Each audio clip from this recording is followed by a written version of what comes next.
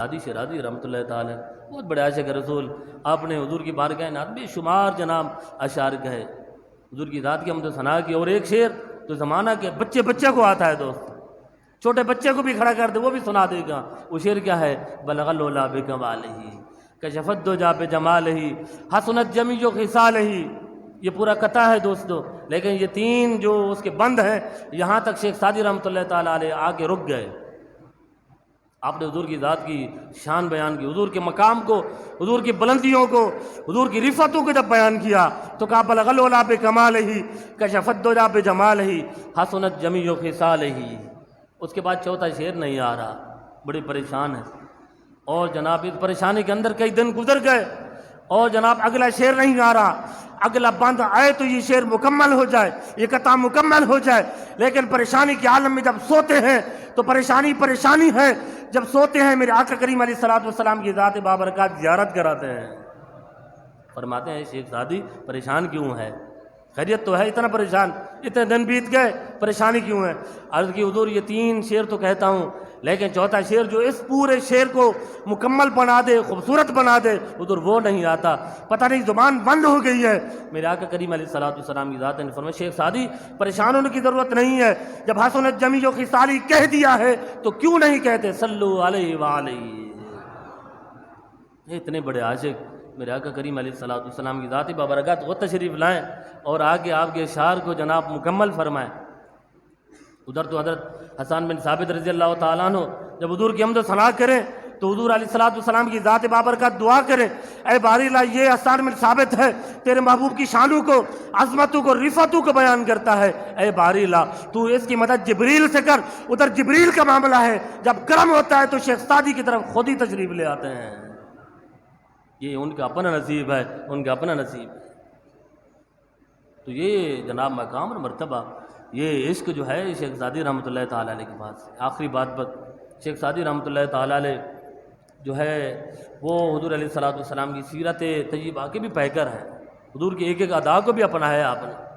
آپ کے بھائی ایک مرتبہ آپ کے پاس ہے، بڑے مالدار تھے، انہوں نے آ کے شیخ سعدی رحمۃ اللہ تعالیٰ علیہ کو کہا بھائی تم اتنے بڑے شاعر ہو، بڑے آدمی ہو، اور حالت دیکھو، نہ جناب ڈھنگ کی زندگی ہے، نہ مال و دولت ہے، نہ کچھ ہے، یہ کس طرح کی زندگی بسر کر رہے ہو؟ کچھ بناؤ، کچھ آگے بڑھو،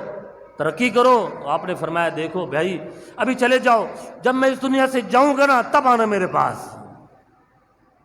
تب آگے دیکھنا کہ میری حالت کیا ہے، میری شہرت کیا ہے، اور میری اللہ رضا کی ذات نے کیسی پذیرائی فرمائی ہے۔ ان کے بھائی جو ہے وہ چلے گئے، اور پھر شیخ سعدی رحمۃ اللہ تعالیٰ علیہ کے جب وصال ہوا دوستو، پھر وہ آئے، جب دوبارہ آئے تو دیکھا کہ شیخ سعدی رحمۃ اللہ تعالیٰ علیہ کی وصال پر صرف شہر والے نہیں، شہر کے رہنے والے مرد و زن نہیں،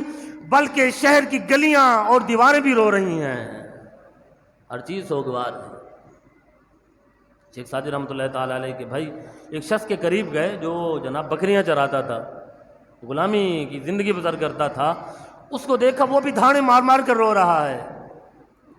اس کے قریب گئے، اس سے پوچھا بھائی تو کیوں رو رہا ہے، تیرے رونے کی وجہ کیا ہے؟ شیخ سعدی رحمۃ اللہ تو بہت بڑے شاعر تھے اور بہت بڑے آدمی تھے، اس حوالے سے بڑا ان کا نام تھا، بڑے سیاح تھے، بڑے زاہد المتقی پرہیزگار تھے، بہت بڑے عالم تھے، اور تو بکریاں چرانے والا، تو در در کی ٹھوکریں کھانے والا، تیرا ان سے کیا تعلق تھا؟ تو اس نے کہا میرے ساتھ تو ان کا بہت ہی گہرا تعلق تھا، جب زمانہ مجھے ٹھوکروں پر رکھتا تھا، جب دروازوں پر دھتکارتا تھا، بکریاں چراتا تھا، مجھے لوگ دھکے مارتے تھے، اور جب جناب میرا دل ٹوٹتا تھا شیخ سعدی کہیں سے آتا تھا، جب گھوڑے پر سوار ہوتا تھا، گھوڑے سے اتر کر آ کے مجھے پوچھتا تھا، میرے حال احوال کو پوچھتا تھا، جب اتنا بڑا شخص میرے حال احوال کو پوچھتا تھا، میں تمام تر زندگی کی کلفتوں کو اور جناب تمام تر لوگوں کے ظلم کو بھول جاتا تھا، اور تھوڑی دیر کے لیے میں اپنے آپ پر فخر کرتا تھا، اتنا بڑا شخص بھی مجھے خود بخود ملنے کے لیے آتا ہے۔ یہ شیخ سعدی رحمۃ اللہ تعالیٰ علیہ کی عاجزی، یہ بھی دوست حضور علیہ الصلوۃ والسلام کی سیرت پاک کا ایک حصہ ہے کہ جو گرے ہوئے ہیں انہیں اٹھایا جائے، جنہیں لوگ دھکے دے کے بھگاتے ہیں اپنے دروازوں سے انہیں گلے سے لگایا جائے۔ تو پھر اس دن پتہ چلا بھائی کو کہ حقیقی شہرت کیا ہے، حقیقی مقام کیا ہے، حقیقی بلندیاں کیا ہیں؟ کیا صرف مال و دولت ہے یا حقیقت کہیں اور پڑی ہوئی ہے جسے ہم بھول گئے ہیں؟ ہیرے جواہرات کچھ اور ہیں، ہم خالی کھوٹے سکوں کے پیچھے بھاگ رہے ہیں۔ 40 سال عمر عزیزت گزت، مزاج تو ازال طفلی نہ گشت، ہما باہو حوث ساخدی، دبیں با مسالے نہ پرداختی، مکن تکیہ پر عمر نہ پائیدار، مباشی ایمن ازبازی روزگار۔ یہ شیخ سعدی رحمۃ اللہ، بہت بڑی شاعری ہے دوستو، وہ ایک دنیا آباد ہے، لیکن اس شعر کے اندر شیخ سعدی رحمۃ اللہ تعالی نے ہماری بات کی ہے کہ 40 سال عمر عزیزت گزشت، اے انسان تیری عمر تو 40 سال بیت گئی، مزاج تو ازال طفلی نہ گشت، لیکن تیرا معاملہ یہ ہے جس طرح بچے ہوتے ہیں تو آج بھی اسی طرح بچہ ہی بچہ بنا ہوا ہے۔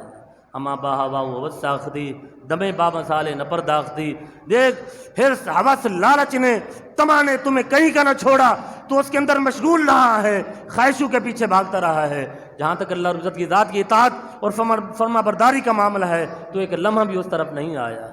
مکن تکیہ پر عمر نہ پائیدار، یہ دھوکہ دینے والی عمر کے پیچھے بھاگ رہا ہے تو، تجھے تو اللہ رب العزت کی بارگاہ کی طرف آنا چاہیے تھا۔ قرآن نے کہا ففروا الی اللہ، اللہ کی طرف بھاگو، فسعوا الی ذکر اللہ، اللہ رب العزت کی ذات کے ذکر کی طرف بھاگو، وسارعوا الی مغفرۃ من ربکم، اپنے رب کی مغفرت کی طرف بھاگو، اور تم کہاں بھاگ پڑے ہو؟ یہ ہماری کیفیت نہیں ہے، یہ شیخ سعدی نے ہمیں کہا ہے۔ ہمیں کہا ہے رمضان کے چاند دیکھ کر آنے والے اور شوال کا دیکھ کر چاند دیکھ کر جانے والے، ذرا پیچھے مڑ کر تو دیکھ، تیرے رب کی رحمت کیسے بائیں پھیلا کر تیرے انتظار میں ہے، اور تو کیسا بے وفا ہے، تجھے با وفا ہونا چاہیے تھا، تو اتنا بڑا بے وفا ہے، 1 مہینہ آگے پھر لوٹ گیا ہے، پھر مسجدیں ویران ہیں۔ یہ شیخ سعدی نے ہماری کیفیت کو، ہماری حالت کو بیان کیا ہے۔ اللہ تعالی ہمیں اپنے اسلاف کے جذبات عطا فرمائے، ہمیں اپنے اسلاف کی تعلیمات پر عمل کرنے کی توفیق عطا فرمائے۔ آمین۔ وآخر دعوانا